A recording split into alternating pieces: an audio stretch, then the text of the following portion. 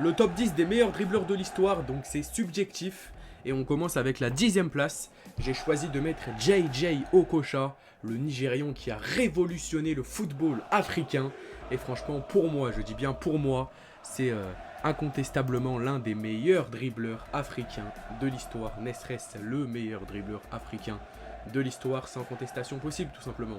C'était un magicien, il était tout simplement incroyable, JJ Okocha. En termes de dribble, je parle juste de dribble pur, sans parler des skills.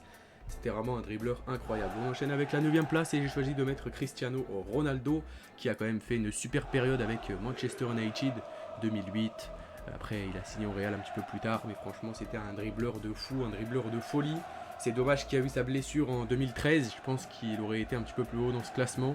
Mais sinon, voilà, je pouvais pas m'empêcher de le mettre dans ce classement. Il mérite vraiment d'être au moins dans ce top 10, Cristiano Ronaldo. Voilà, qui a beaucoup prouvé par ses dribbles et par ses qualités incroyables de vitesse, de dribble, de skills aussi. Surtout, on parle un petit peu plus de skills, surtout quand il était à United avant. Mais franchement, très très bon dribbleur Ronaldo, il faut le dire. On enchaîne du coup avec la 8e place. J'ai choisi de mettre Johan Cruyff. C'est tout simplement le magicien. C'est tout simplement le magicien, le technicien, Johan Cruyff, celui qui a tout inventé. C'est l'inventeur, tout simplement Johan Cruyff. C'est lui qui a créé un petit peu tous les dribbles qu'on connaît aujourd'hui. Hein. Les dribbles, vous savez, 5 étoiles. Les dribbles de fou, les dribbles de folie, ils viennent de Johan Cruyff. Il s'est éteint en 2016, donc voilà, paix à son âme. Et franchement, c'est l'inventeur, c'est un génie, un magicien. On enchaîne avec la 7e place et j'ai décidé de mettre Zinedine Zidane, seulement 7e. Donc voilà, si vous savez et si vous vous dites que Zinedine Zidane, il est seulement 7e de mon top, c'est que derrière, il va y avoir du lourd, hein, très certainement. Zidane 7ème, les amis, voilà. Comment ne pas mettre l'incroyable Zinedine Zidane, notre zizou national, qui a tout révolutionné au niveau du football français et qui est pour moi le joueur français le plus aimé de l'histoire et le plus grand joueur français tout simplement de l'histoire. Ça c'est sans contestation possible, même s'il y en a beaucoup qui ont marqué l'histoire, Thierry Henry, Benzema, etc. Je pense que Zidane reste le meilleur dribbleur français de tous les temps et le meilleur joueur français de tous les temps surtout. Et voilà, il a révolutionné le football français. Franchement, merci pour ses dribbles. Ce qu'il a fait face au Brésil, on s'en rappelle. Enfin, moi j'étais pas né, mais voilà, certains s'en rappellent en 98. Très très bon dribbleur. Zinedine Zidane, très grand dribbleur. À la 6ème place, on retrouve Ronaldo Nazario, évidemment. Comment oublier R9, celui qui en a inspiré tant.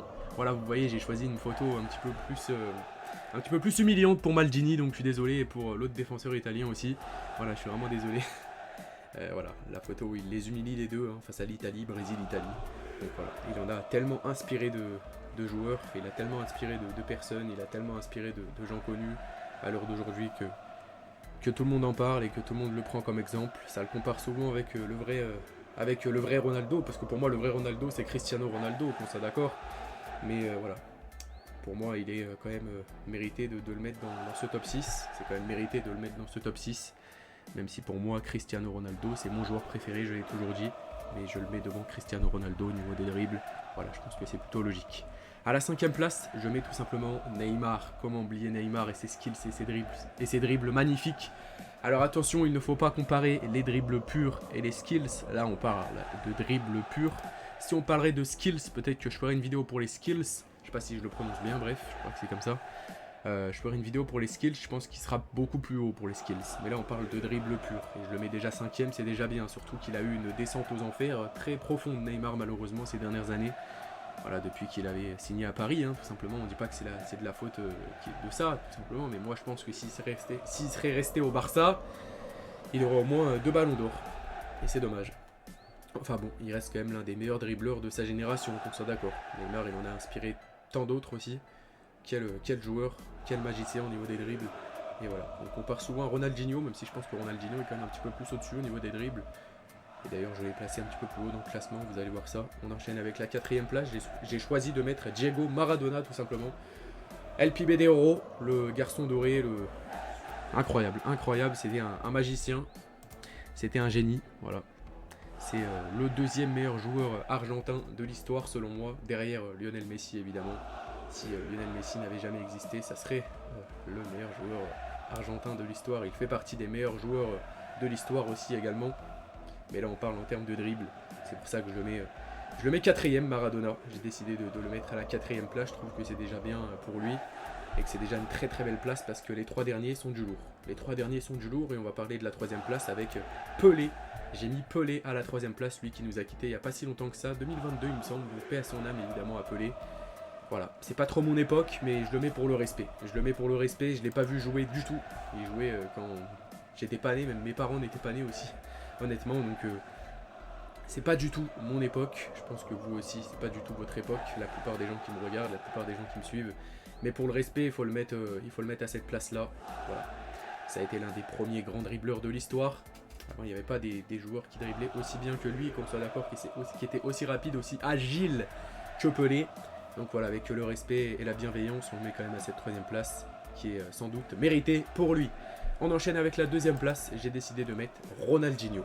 Alors ça va peut-être être contesté dans les commentaires, mais pour moi Ronaldinho, c'est au-dessus de tous les gens que je viens de citer depuis le début, tous les joueurs que je viens de citer depuis le début de cette vidéo. Ronaldinho, c'était incontestablement l'un des plus grands magiciens de l'histoire du football. J'allais dire le plus grand, mais le plus grand sera le premier que je vais vous présenter juste après. Mais Ronaldinho, c'était monstrueux. C'était un truc de fou quand même, Ronaldinho sur le terrain. Des dribbles, il cassait des têtes. On reste impoli en tout cas, mais incroyable Ronaldinho, magnifico Ronaldinho. Son passage au Barça a été magnifique. Là où il est allé, ça a été magnifique. Au Barça, magnifique. À Paris, c'était un tout petit peu moins... il me semble qu'il était un tout peu plus jeune, je crois. Mais en tout cas, il a marqué l'histoire du Brésil. Il a marqué l'histoire des dribbles. Il a marqué l'histoire du foot, tout simplement. Et c'est l'un aussi des plus grands joueurs de l'histoire, tout simplement. Ronaldinho.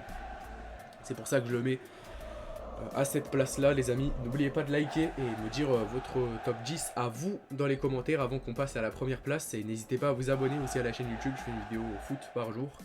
Et le premier, du coup, vous l'aurez deviné, les amis, c'est qui d'autre que le Lionel Messi. Je suis un grand fan de Cristiano Ronaldo. Je suis... Enfin, pas le plus grand fan de Ronaldo, je pense. Il y en a qui l'aiment encore plus que moi, qui le prouvent encore plus que moi. Je suis un grand fan de Cristiano Ronaldo, mais il faut avouer quand même que Messi est le plus grand dribbleur de l'histoire. Il faut rester objectif et le dire honnêtement devant tout le monde, devant mes 170 000 abonnés. Peut-être que cette vidéo sera sur TikTok aussi, devant mes 400 000 abonnés sur TikTok. Enfin voilà, bref. Messi, Lionel Messi, Lionel Andrés Messi Cucitini est le plus grand dribbleur de l'histoire, qu'on soit d'accord. Il n'y a pas de négociation à ça. Il a été magique, c'était un alien, voilà, 2012, 2013, 2014, 2015, ça s'est jamais épuisé. Et on parle pas de actuellement, puisque actuellement ça s'est un petit peu dégraissé, c'est normal, il vieillit. Mais c'est un petit peu régressé, c'est normal, il vieillit. Mais et voilà. Je pense que Messi mérite cette première place. Comme je vous ai dit, n'hésitez pas à me dire votre top 10 à vous dans les commentaires. C'est donc la fin de cette vidéo. J'ai bien aimé vous la faire. Si vous voulez d'autres vidéos comme ça, n'hésitez pas à me le dire aussi dans les commentaires. C'était Kovek et je vais vous laisser. Et je vous dis à demain, parce que demain il y a live, il y a Marseille-Lille demain que je vais commenter. Donc ciao ciao.